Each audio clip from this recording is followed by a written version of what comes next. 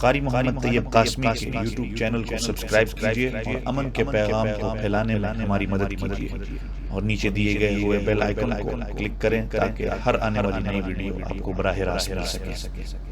اللہ وحدہ لا شریک لہ واشہد ان سیدنا ونبینا وشفیعنا محمدا عبدہ ورسولہ صلی اللہ علیہ وعلى آلہ واصحابہ الذین هم خلاصۃ العرب العرباء وخیر الخلائق بعد الانبیاء۔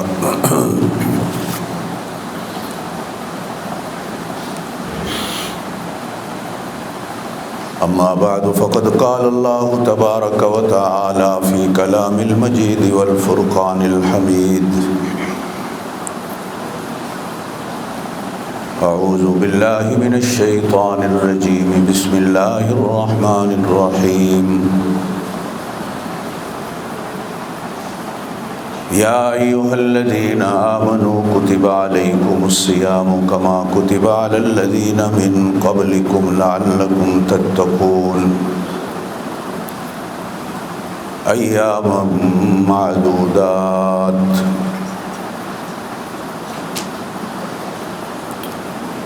صدق اللہ العلی العظیم وبلغنا رسولہ النبی الکریم الأمی الأمین، ونحن على ذلك لمن الشاہدین والشاکرین والحمد للہ رب العالمین۔ سب ساتھی ذوق اور شوق کے ساتھ بلند آواز سے درود پاک پڑھ لیں۔ اللہم صلی علی محمد وعلی آل محمد کما صلیت علی ابراہیم وعلی آل ابراہیم انک حمید مجید۔ اللہم بارک علی محمد وعلی آل محمد کما بارکت علی ابراہیم وعلی آل ابراہیم انک حمید مجید۔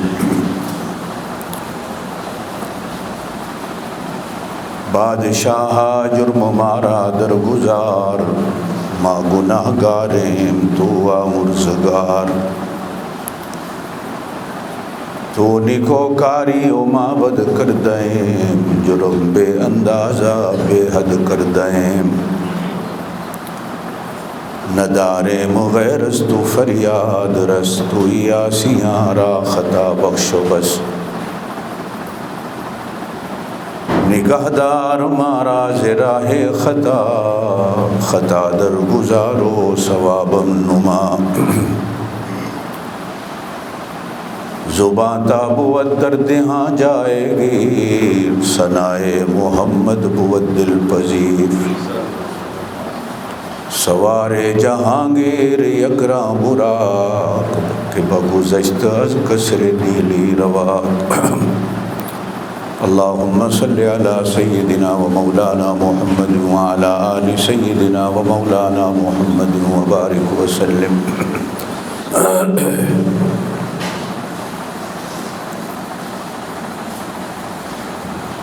زمین و آسمان میں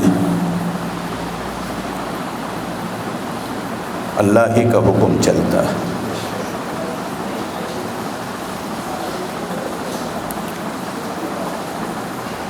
اللہ کی ہر مخلوق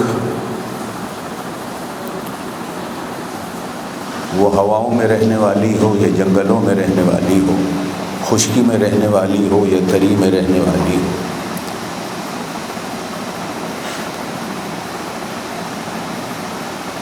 وہ اللہ کے حکم پہ چلتی ہے۔ ان الحکم الا للہ، حکم بس صرف اللہ کا۔ حدیث قدسی ہے، آپ صلی اللہ علیہ وسلم نے ارشاد فرمایا کہ اللہ کہتے ہیں کبر، بڑھائی، تکبر میری چادر ہے اور مجھے ہی سجتی، اس لیے کہ حکم میرا چلتا ہے۔ جس کا حکم چلتا ہو بڑھائی اسی کو زیبا، جس کا حکم چلتا ہو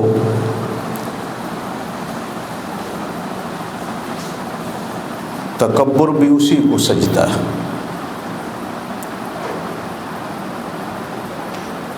تکبر عزازیل را خار کرد، بزندان لعنت گرفتار کرد۔ شیطان نے تکبر کیا تو اللہ نے اس کو ذلیل و رسوا کر دیا۔ بندے کو نہ تکبر سجتا ہے نہ تکبر کی بات سجتی ہے،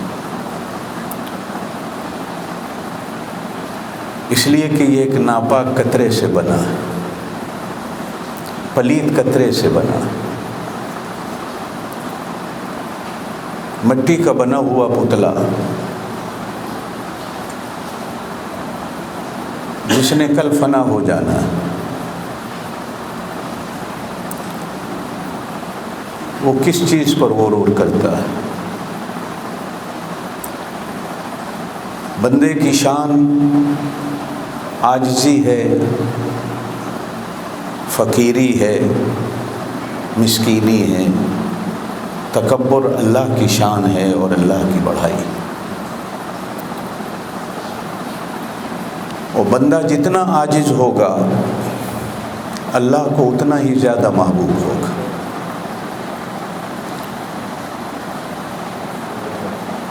کہا جاتا ہے حدیث پاک میں کہ نبی پاک علیہ الصلاۃ والسلام کو معراج کی رات جب انعامات کی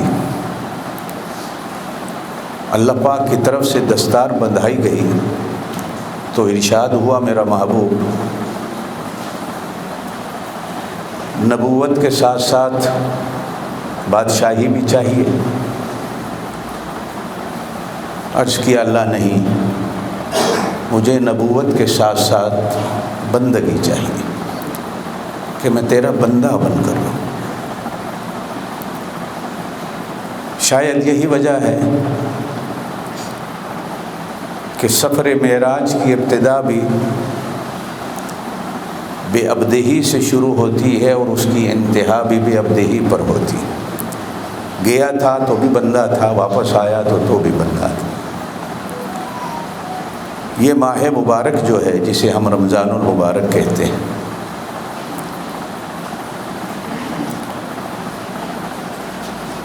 یہ بڑا عجیب مہینہ،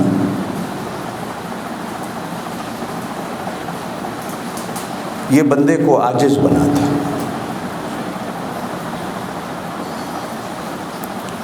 بندے کو اس کی اصلیت دکھاتا ہے، بندے کو فقیری اور مسکینی سکھاتا۔ اور روزے کا فلسفہ ہی یہی ہے کہ روزہ کہتے ہی اس بندگی کو ہیں کہ جس میں بندہ صرف بندہ ہو کے رہ جائے۔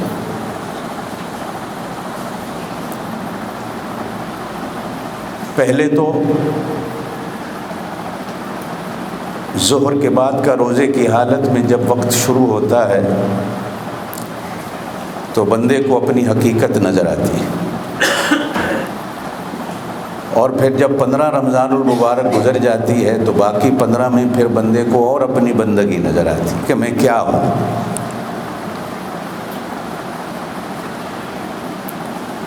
یہ جو بڑی وڈیائیاں مارتا ہے بندہ، بڑا تکبر اور غرور کی باتیں کرتا ہے، اثر ہوتی ہے تو کمر ٹیڑھی ہو جاتی ہے، زبان بولنے سے قاصر ہو جاتی ہے، چلنے پھرنے کو دل نہیں کرتا، گفتگو کرنے کو دل نہیں کرتا، بندہ بستر پہ لیٹ جاتا ہے، بیڈ کی نظر ہو جاتا ہے یا صوفے کی نظر ہو جاتا ہے۔ اس وقت بندے کو اپنی حقیقت نظر آتی ہے کہ میں کیا ہوں۔ روزہ بندے کی میں مارتا ہے،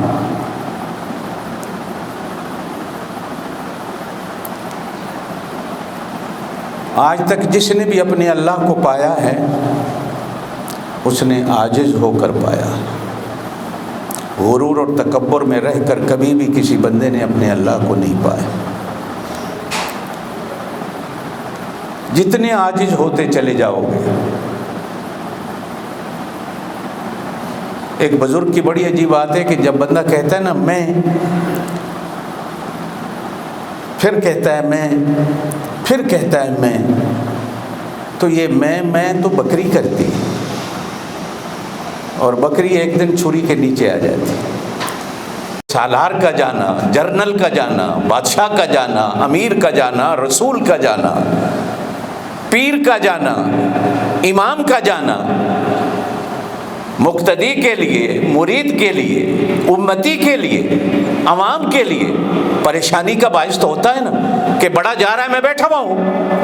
لیکن آپ صلی اللہ علیہ وسلم نے گھوڑے پہ پاؤں رکھا، صحابہ کہتے ہیں آپ 3 چکر لگا کے آ گئے. کہا خیر ہے، انشاءاللہ آج ہی کی رات کفر یہاں سے بھاگے گا.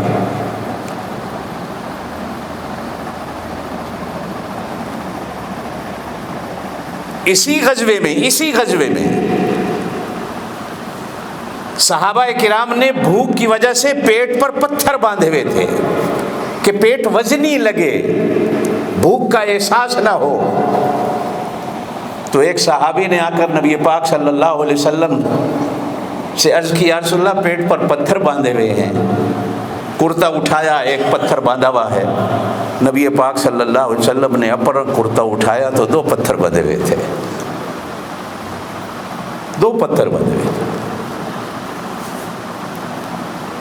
بات آئی ہے تو میں عرض کرتا چلوں، ایمان تازہ ہوگا. جب یہ حالت دیکھی تو ایک صحابی گھر دوڑے ہوئے گئے. بکری کا چھوٹا سا بچہ 2-4 دن کا کھڑا تھا، ذبح کیا اور بیوی سے کہا جلدی جلدی کھانا پکاؤ، میں نبی پاک صلی اللہ علیہ وسلم کو لے آتا ہوں تاکہ حضور صلی اللہ علیہ وسلم کھانا کھا لیں. اب اس نے جا کر حضور کے کان میں کہا یا رسول اللہ صرف آپ کی روٹی پکائی ہے، اس لیے کہ آپ نے پیٹ پر 2 پتھر باندھے ہیں. جب کھانا تیار ہونے کی خبر آئی تو حضور نے صحابہ سے کہا سارے چلو، زور سے کہو سبحان اللہ، سارے چلو. اب وہ پھر کان میں کہتا ہے یا رسول اللہ کھانا آپ کا ہے. فرمایا بھائی ان کے پیٹوں پر بھی تو پتھر بندھے گئے ہیں، مدینے میں آج بھی وہ جگہ موجود ہے. اب آپ صلی اللہ علیہ وسلم نے اس سے کہا کہ ایسا کر کھانے کا برتن یہاں میرے پاس رکھ دے. بعض احادیث میں آتا ہے 800 آدمی آیا، بعض احادیث میں آتا ہے 400 آدمی آیا. ذات نبوت صلی اللہ علیہ وسلم نے رحمت والا نبوت والا ہاتھ برتن میں ڈالا اور ڈھکن دے دیا، کہا سب کو ڈالتا جا اور کھلاتا جا. حدیث میں آتا ہے کہ 400 پیٹ بھر کر کھا کر اٹھ گیا، برتن کا ڈھکن اٹھایا تو ابھی تک برتن ویسے ہی بھرا پڑا تھا. نہ روٹیوں کی کمی ہوئی نہ سالن کی کمی. بہادر کتنے تھے. زیادہ کھانا بندے کو بزدل بناتا ہے، زیادہ کھانا بندے کو بیمار کرتا ہے. اور جو بات میں نے شروع میں کی، جب بندہ زیادہ کھاتا ہے تو پھر اکڑتا ہے.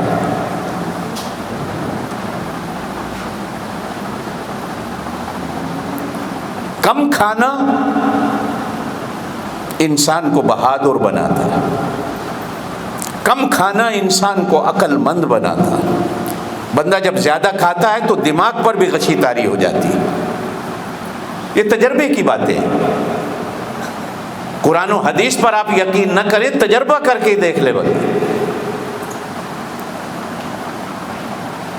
ایمان سے آپ جتنے بیٹھے سوچئے کیا روزہ اللہ نے اس لیے رکھا تھا کہ اللہ کے خزانے میں کوئی کمی ہو گئی کہ چلو میں جوڑ لوں تھوڑا 1 مہینہ میرے بندے تھوڑا بھوکا رہ لیں تو رمضان کے بعد پھر لنگر اسی طرح چلا دیں گے، خزانے میں کوئی کمی ہو رہی ہو اللہ کے. نبی پاک صلی اللہ علیہ وسلم نے ارشاد فرمایا کہ ساری دنیا کی ہر مخلوق اللہ کے دسترخوان پر پیٹ بھر کر کھاتی رہے، تو اللہ کے خزانے میں اتنی کمی بھی نہیں آ سکتی کہ جیسے چڑیا کو سمندر میں جا کر چونچ میں پانی لے کے پی لے، کیا سمندر ہل سکتا ہے؟ سمندر میں کمی آ سکتی ہے؟ اللہ کے خزانے میں کوئی کمی نہیں آ سکتی۔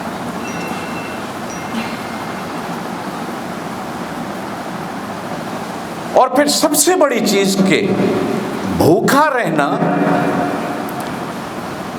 انسان کو اللہ کے قریب کرتا ہے۔ یہ روزے کا عجیب فلسفہ ہے۔ جتنے اولیاء اللہ گزرے،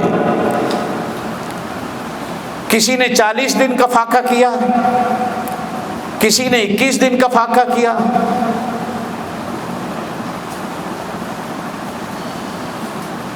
فاقوں میں جتنی مستی ہے پیٹ بھر کے کھانے میں اتنی مستی نہیں۔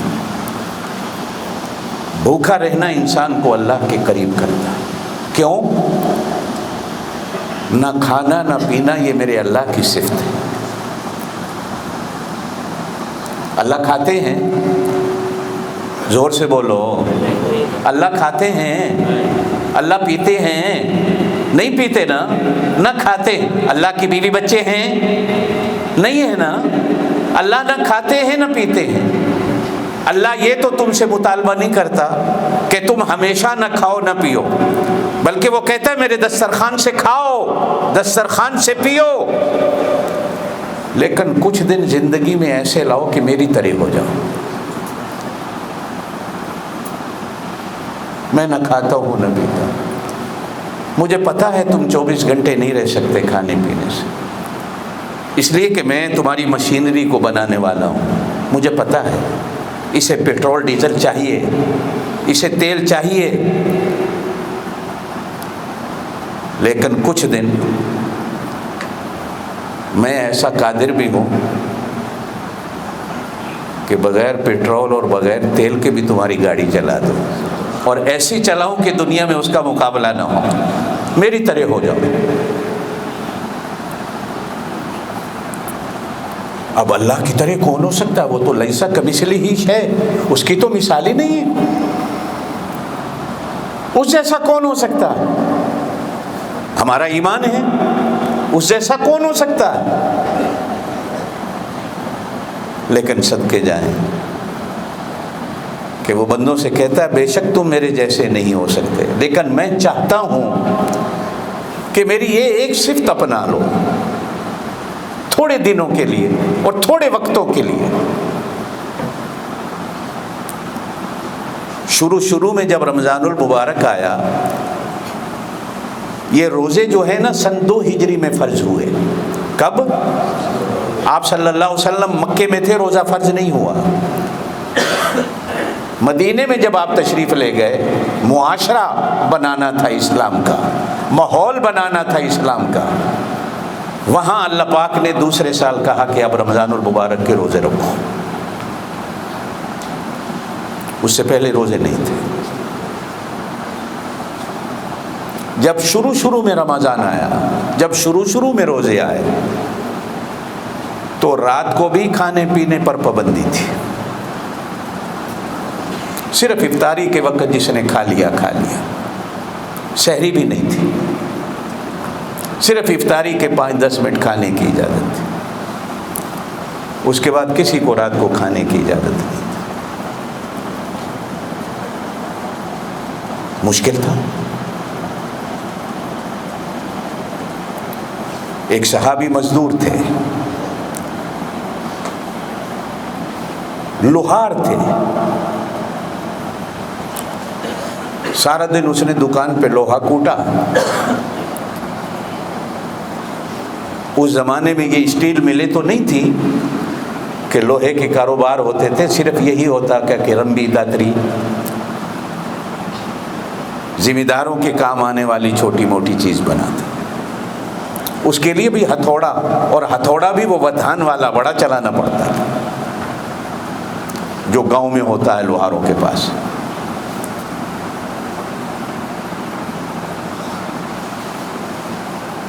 شام کو چھٹی کر کے گھر پہنچا، افطاری کروں گا، نماز پڑھوں گا، تو چارپائی پہ بیٹھا افطاری سے پہلے سو گیا، نیند آ گئی۔ اور نیند بھی ایسی آئی کہ بیوی افطاری کے وقت اٹھاتی رہی، وہ اٹھا نہیں۔ دیر سے جا کے آنکھ کھلی، اب کھانے پینے کا ٹائم تو ختم ہو گیا، اب رات کو کھا نہیں سکتا تھا۔ اگلے دن کا روزہ آ گیا۔ اب تھوڑا سا آپ سوچئے کہ ایک مزدور آدمی، اس کی جان کیسے گزری ہوگی، دن کیسا گزرا ہوگا، کتنی تکلیف آئی ہوگی۔ صحابی رسول تھا، بندہ مومن تھا، پکا مسلمان تھا۔ دوسرا دن بھی آیا، ہاتھ منہ دھویا، بستر پہ بیٹھا تو پھر نیند آ گئی،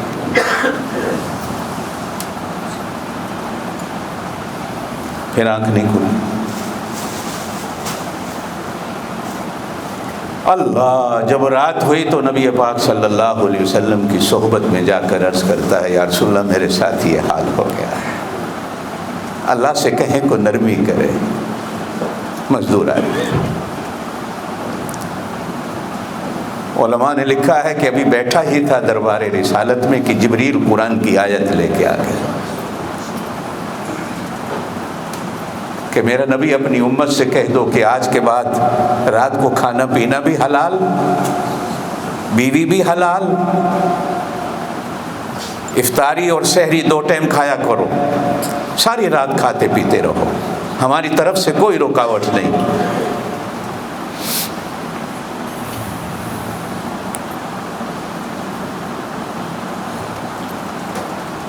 وہ بھی تو لوگ روزہ رکھتے تھے، اور پھر اس روزے میں اللہ کا کتنا قرب انہیں ملا کہ جن کی وجہ سے، حالانکہ اللہ اپنے قانون کو بدلتے نہیں، قرآن میں ہے لا تبدیل لکلمات اللہ، اللہ کی بات نہیں بدلتی، اسے اپنے احکام میں، مسائل میں ترمیم کی ضرورت نہیں ہوتی۔ وہ جو قانون نازل کرتا ہے وہ قیامت تک کے لیے پکا اور ٹھکا نازل کرتا ہے، نہ وہ خود بدلتا ہے نہ کسی اور کو بدلنے کی اجازت ہوتی ہے، لیکن وہ بادشاہ ہے۔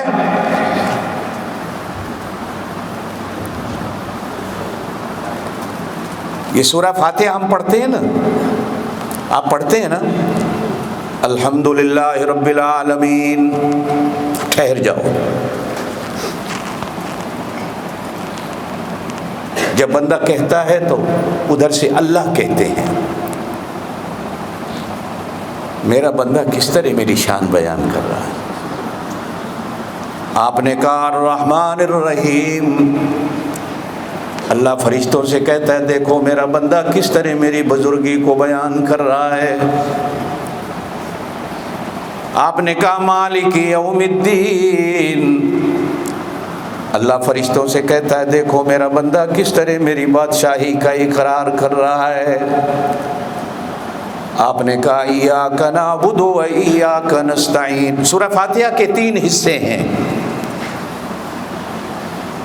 کتنے؟ 3، کتنے؟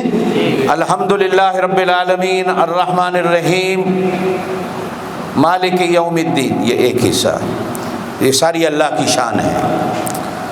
دوسرا حصہ ایاک نعبد و ایاک نستعین، یہ الگ ہے، درمیان میں اکیلی آیت۔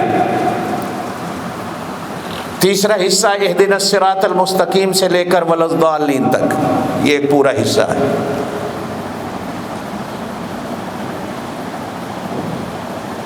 ہمارے ہاں امام بھی یہ تینوں حصے بھی ایک سانس میں پڑھ جاتے ہیں، اپنا بھی حصہ اللہ کے ساتھ ملا دیا اور درمیان والا حصہ بھی اللہ کے ساتھ ملا دیا، ایسے نہیں چلتا۔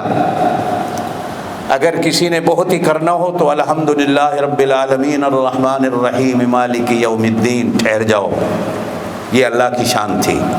ایاک نعبد و ایاک نستعین یہ الگ چیز ہے۔ حدیث میں فرمایا گیا جب بندہ ایاک نعبد و ایاک نستعین کہتا ہے تو اللہ فرشتوں سے کہتے ہیں یہ میرے اور میرے بندے کے درمیان میں راز کی بات ہے، تم چپ رہو، میں جانوں میرا بندہ جانے۔ جب بندہ کہتا ہے اہدنا الصراط المستقیم صراط الذین انعمت علیہم غیر المغضوب علیہم ولا الضالین، اب اللہ فرشتوں سے کہتا ہے میرے بندے نے سوال کیا ہے، میں نے پورا کر دیا ہے۔ اس لیے جب بھی کبھی نماز پڑھانے کا کہیں موقع ملے تو اس چیز کا خیال کرنا چاہیے۔ خیر، میں بات کر رہا تھا مالک یوم الدین، وہ قیامت کے دن کا بادشاہ ہے۔ کیا ہے؟ زور سے کہو۔ یہاں یوں نہیں کہا گیا کہ وہ قیامت کے دن کا بھی رب ہے، وہ قیامت کے دن کا بھی خالق و مالک ہے نا، کہا گیا مالک وہ قیامت کے دن کا بادشاہ ہے۔ تو علماء نے بڑی عجیب بات لکھی ہے کہ بادشاہ ہونا یہ ایک ایسی صفت ہے کہ وہ جب موج میں آئے، بیٹھے بیٹھے بادشاہ کروڑوں کے خزانے لوٹا دیتے ہیں۔ اللہ قیامت کا دن کا بادشاہ ہے، ایسا بادشاہ ہے کہ جب بخشنے پہ آئے گا تو ہر کسی کو بخش دے گا۔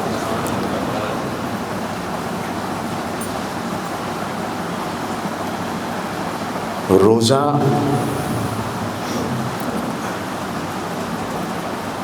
بندہ تھوڑے گھنٹوں کے لیے اللہ کی صفت کو اپناتا،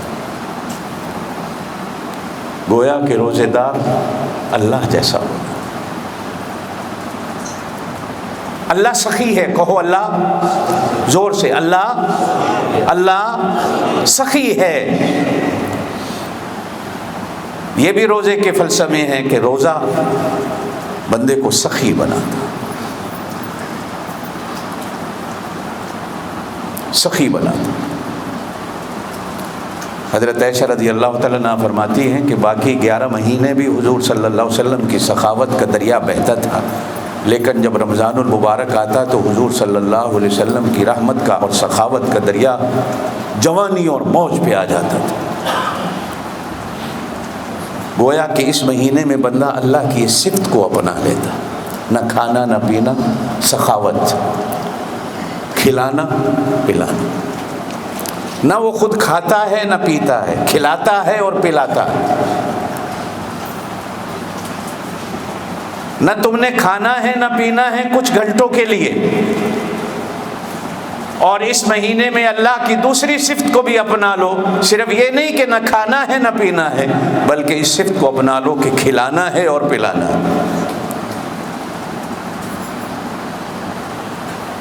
روزہ عجیب فلسفے کی چیز ہے۔ ہم تو عقل کے مارے شروع ہو جاتے ہیں جی اللہ نے روزہ کیوں فرض کر دیا۔ میں نے پہلے کہا کہ کہیں اللہ کے خزانے میں کمی تو نہیں آ گئی۔ روزہ بھائی نوکر اور بندے کو تو کیوں کا سوال ہی نہیں، اللہ کا جو حکم ہے وہ پورا کرنا ہے۔ اس نے کہہ دیا ٹھیک ہے، ہم تو اس کے حکم کے بندے ہیں۔ میرے دوستوں، یہ حافظ صاحب آپ کو پتہ ہے کہ میں رمضان المبارک کے مہینے میں آپ سے ضرور اپیل کیا کرتا ہوں کہ مدرسوں کی تھوڑی فکر کریں۔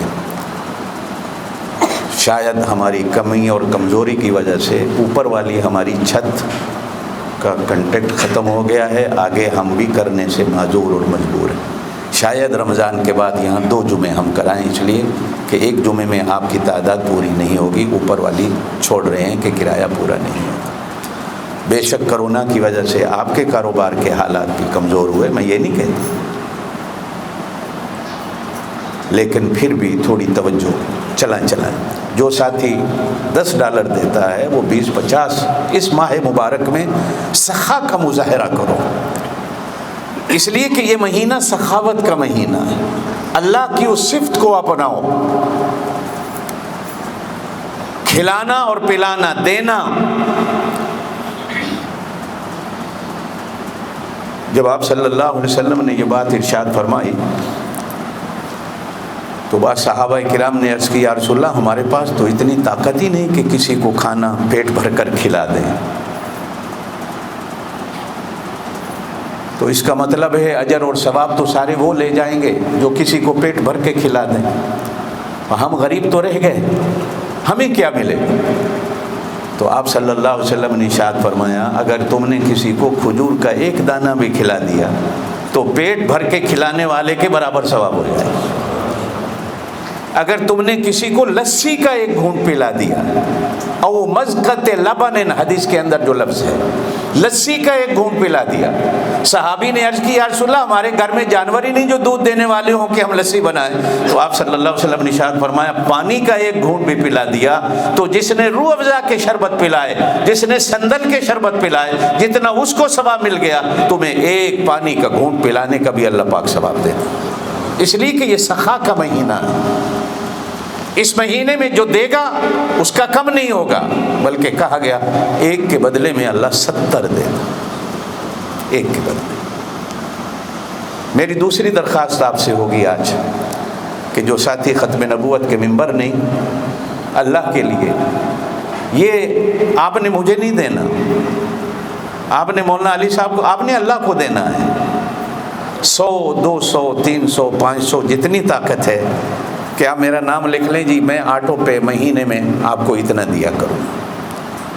اس لیے کہ مدارس کرونا کے سبب جہاں آپ کے حالات ایسے ہوئے، کتنے مدرسے بند ہو گئے ہیں دنیا میں کہ کرونا نے بالکل اجاڑ کے رکھ دیا ہے کاروبار کو. آپ سارے مزدور لوگ ہیں، ہاتھ سے کمانے والے ہیں، اور ہاتھ سے کمانے والا اللہ کا محبوب اور اللہ کا دوست ہوتا ہے.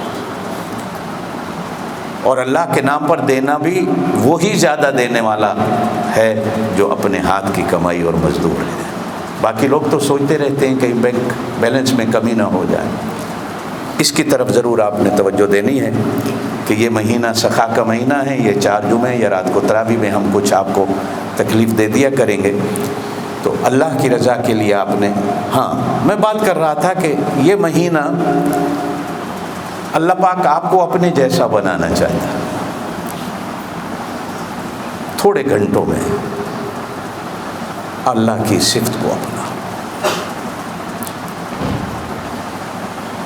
یہ روزے کے اجر و ثواب کے جنت ملے گی، یہ تو ایک لالچ ہے، اور آپ اور میں سارے لالچی ہیں. بے شک یہ لالچ کرنا بھی گناہ نہیں، لیکن سب سے پہلا لالچ تو یہ ہے کہ میں اپنے اللہ کو کیسے راضی کروں.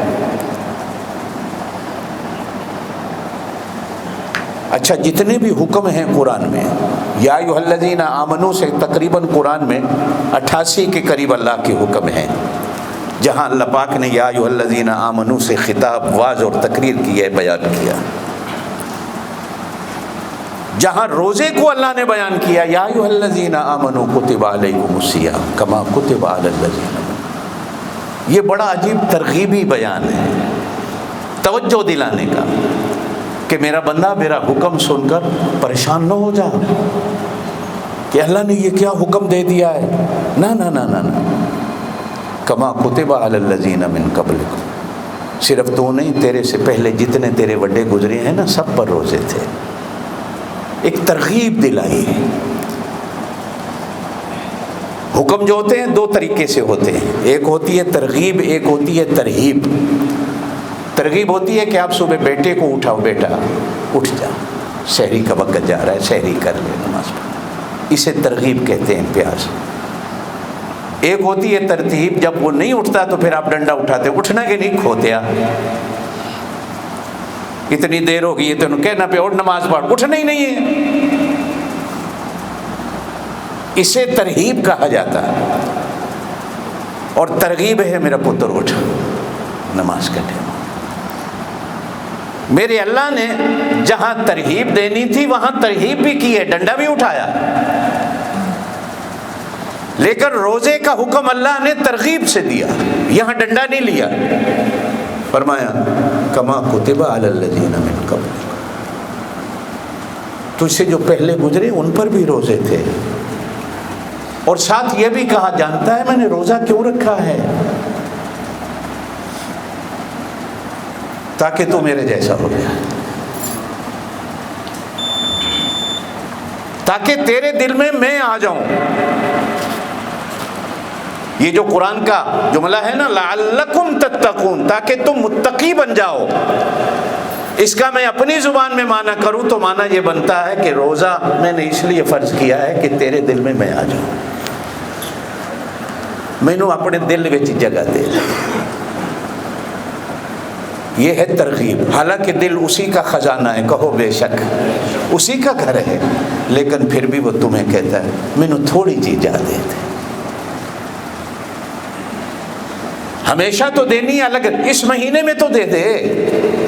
لعلکم تتقون، اس مہینے میں اپنے دل میں جگہ دینا تیرا کام ہے، اور پھر سارا سال تیرے دل میں جگہ بنانا میرا کام ہے. مینوں جاتے دے کے دیکھنا تھوڑی جی.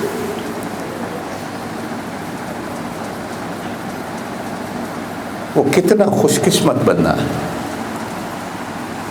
کہ شہنشاہوں کا شہنشاہ، بادشاہوں کا بادشاہ، جس کی بادشاہی کو کبھی زوال نہیں، جس کی بادشاہی کو کبھی کمزوری نہیں، جس کی بادشاہی کو کبھی کوئی چھین نہیں سکتا، جس کی بادشاہی میں کبھی کوئی خلل نہیں ڈال سکتا، بادشاہوں کا بادشاہ. وہ اگر تمہیں کہہ دے کہ اپنے گھر میں جگہ، آج پٹواری تو آ کے تواڈے گھر آ رہے ہیں، تھانے دار آ کے تو تسی گھر دی صفائیاں کر دے ہو. تھانے دار آنا لے میرے گھر، سارے محلے کو پریشان کر دیتے ہو، تھانے دار میرے گھر آ رہا ہے. کتنے خوش قسمت ہو کہ اللہ تمہیں کہہ رہا ہے میں تمہارے گھر میں.